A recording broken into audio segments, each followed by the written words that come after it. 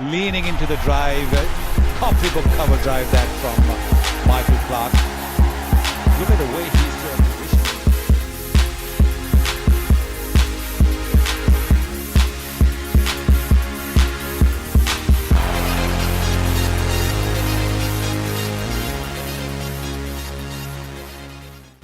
To start with, the teacher will explain the learning objectives of the session.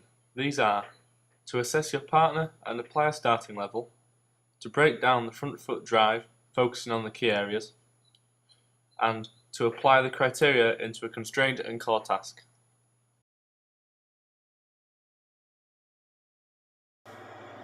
This core task of pairs cricket will let the participants get a kinesthetic feel for cricket, but also for the front foot drive, for the teachers to assess how capable they are of performing the shot, and for them to peer assess their partner.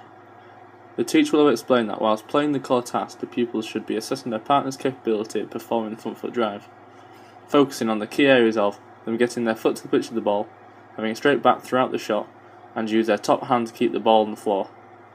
There will be 8 pupils to each pitch, therefore creating 4 pairs. Each pair will have 2 overs to bowl, 1 for each pupil, and 2 overs to bat against.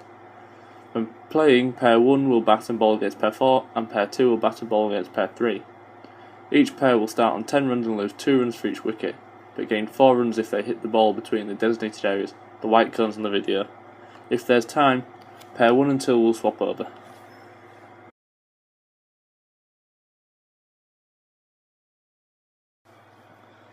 The criteria for the front foot drive will have been discussed the previous week, allowing pupils to build ownership and to have clarity on the expectation of what they need to do. In this instance, the criteria consists of 5 levels for the students to criterion reference against. The criterion reference assessment will obtain specific knowledge and skills each student will be able to demonstrate based on their characteristics matching a level in the criteria. A constrained game of wicket cricket will allow the pupils to increase their kinesthetic feel for the front foot drive. The wickets being in front of the pupils will make sure that they have to play the shot with a straight bat, but also make the pupils step past the wicket to the pitch of the ball. Also for them to self and peer assess against the criteria so that the entire group have an individual level to start on.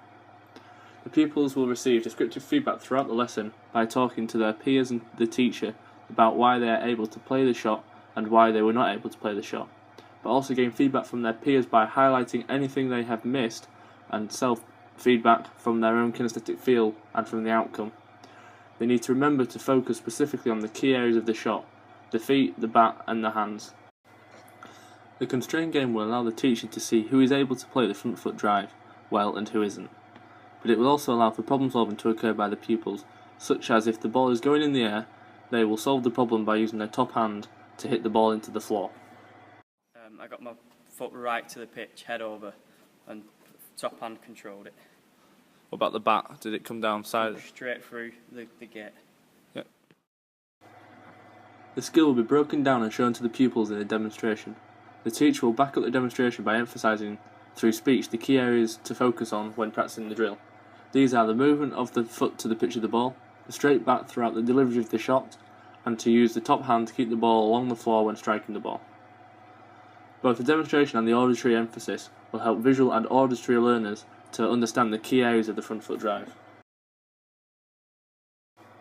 Questioning will occur to assess whether the pupils have taken in and gained knowledge on the key areas of the front foot drive, which they are about to go away and reinforce through practice and further questioning. First of all, pupils will go into a little game of one hand bat catch, where one person will place the bat on their foot and use their top hand to hold the bat. The player will bounce the ball into them and they have to hit the ball down before anyone catches the ball. This reinforces kinesthetic feel to their top hand, but also their movement of their foot to the pitch of the ball when playing the front foot drive. It will also help them to understand why it is important to get the step to the pitch of the ball and why using their top hand will reduce the risk of being caught.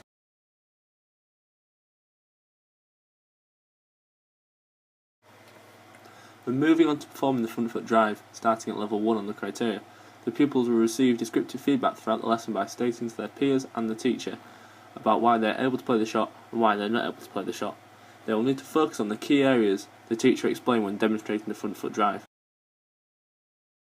When moving on to performing the front foot drive, starting at level 1 on the criteria, the pupils will receive descriptive feedback throughout the lesson by stating to their peers and the teacher about why they're able to play the shot and why they're not able to play the shot. They will need to focus on the key areas the teacher explained when demonstrating the front foot drive. By getting the performers to have a go, it will allow them to build up their kinesthetic feel for the front foot drive, specifically helping learners who learn best by having a go, as well as helping pupils to put the mental image from the demonstration into practice. As stated in the criteria, a level 1 performer will technically be able to use the demonstration to guide positioning, to hit the ball off the gun 100% of the time, but in any direction or height, in their own time. Further questioning by peers or by the teacher will assess if they have gained knowledge on when and why to play the shot. This will build up their tactical knowledge of the front foot drive. After each member of the group has had a go at gaining kinesthetic feel for the front foot drive, they will move on to their level which they have been appointed. A level 2 performer will technically be able to do the same as a level 1 performer, but also develop their own batting stance and use their top hand to hit most of the shots along the floor. They will start to use the straight bat to hit the ball on the offside 100% of the time. However, their timing on the shot may be late, and the ball may bounce too high, resulting in them not being able to get as much power on the shot, only allowing them to hit the benches around 4 out of 10 times. Tactically, a level 2 performer will understand why getting their foot to the pitch of the ball is important. Here, a performer is starting at level 3. This is because the feedback he received from a number of sources, himself, his peers, and the teacher, have all pointed out he has level 3 characteristics.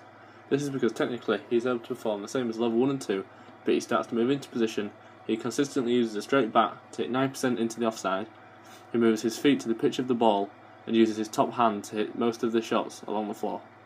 His timing also improves, allowing him to hit 6 out of 10 balls into the benches. Tactically, he starts to get into position by judging the flight and length of the ball. At level 4, the performer will be able to do the same as performers at levels 1 to 3, but also technically, getting into position is subconscious, allowing them to hit 100% into the offside.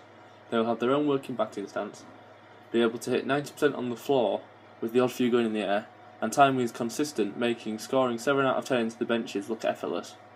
Tactically, at level 4 the performer will start to aim for gaps and pick up a few maximum scores. Also, if they haven't done so in level 3, the performer will start to narrow the wickets in front of them, making it more challenging, and so they will have to play with an even straighter bat. Finally, at level 5, performers will be able to apply all the previous levels from the criteria, but into a game situation with the wickets being taken away and the shot being played effortlessly 100% into the offside and along the floor due to a straight bat, the top hand, and the foot movement being subconscious. Also, well-timed soft shots will be played to steal quick singles. Tactically, at level 5, the performer will be able to pick out gaps in the field to either score quick runs or fours on at least 8 out of 10 occasions when the front foot drive is applicable. The pupils will then go back into the constrained game of wicket cricket, applying their knowledge of the front foot drive. The pupils may have an extra stump in the wickets, but if not, should still have the knowledge and be able to apply the front foot drive and be able to score more runs using the shot. Continuous repeated questioning on the front foot drive should help to reinforce the knowledge of how and when they should play the shot, remembering the key focus areas of the feet, hands and bat delivery. To make sure that the front foot drive is used when it can be, there will be an additional 2 points, making the maximum awardable runs 6. This will be awarded if the bat is played through the wicket and the ball is hit along the floor between the designated areas.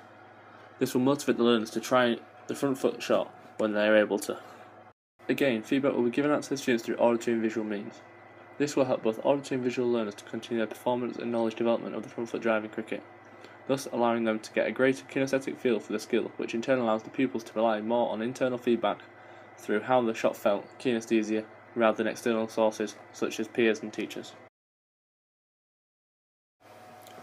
The game of PESP cricket will be played at the end. The pupils will apply the criteria to the game. However, just like in the constrained game, if they hit the ball between the designated areas using the correct technique of the front foot drive, then as well as getting 4 runs, they will get an additional 2 runs to make 6, the maximum score in cricket. The game at the end will not only help to reinforce what the pupils have been practicing, but also to give the pupils a fun element to the lesson, preventing the pupils from getting bored. After each section in the lesson, the pupils will have assessed theirs and their peers, their partner in the pairs game, capability of performing the front foot drive. At the end of the lesson, they will have re-evaluated their level, consulting their peers and the teacher if necessary. This will let the pupils see how their knowledge and the skill of the front foot drive has improved throughout the lesson.